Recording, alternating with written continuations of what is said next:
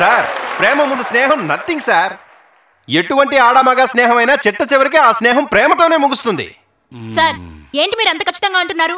చివరి దాకా స్నేహితులుగా ఉండలేరంటారా? ఉండలేరు. మాకు తెలియదు కాలేజీలో ఆడవాళ్ళు మగవాళ్ళు ఎంత విచ్చలవిడిగా ప్రవర్తిస్తున్నారు. ఏమంటారు సార్? నన్నెందుకు బాబు అడుగుతావు? ఆ అమ్మాయిని అడుగు. సార్ ఎవరినైనా తీసుకోండి సార్, ముందు ఏ ఇద్దరు మేము ప్రేమించుకుంటున్నాం అని చెప్పరు సార్. మాది ఒట్టి స్నేహం అంటారు. తర్వాత కొన్నాళ్ళాగి ఇద్దరిది ప్రేమ అంటారు, ఇద్దరిని కలపండి అంటారు.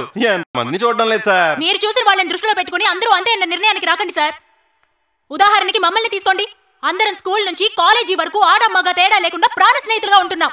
మా మధ్య ఉన్నది స్నేహం మాత్రమే సార్. సరేనండి, ఇప్పుడు ఏం చదువుతున్నారు? BA history. ఎన్నో సంవత్సరం? ఫస్ట్ ఇయర్ పూర్తయింది. ఇంకా 2 సంవత్సరాలు ఉన్నాయి కదా?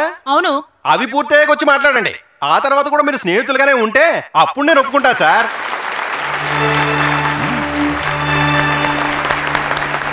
సార్ నా ఫ్రెండ్స్ మీద నాకు నమ్మకం ఉంది సార్. చివరి దాకా అందరం స్నేహితులుగానే ఉంటాం. నేను చెప్తున్నాను, ఇంకో 2 సంవత్సరాల తర్వాత ఇదే వేదిక మీదకి వచ్చి మాట్లాడతాను sir.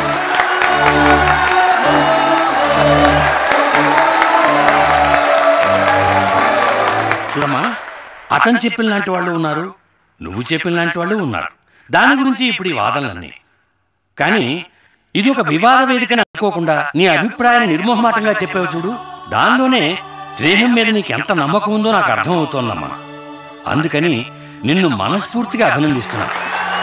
All the best. Thank you sir.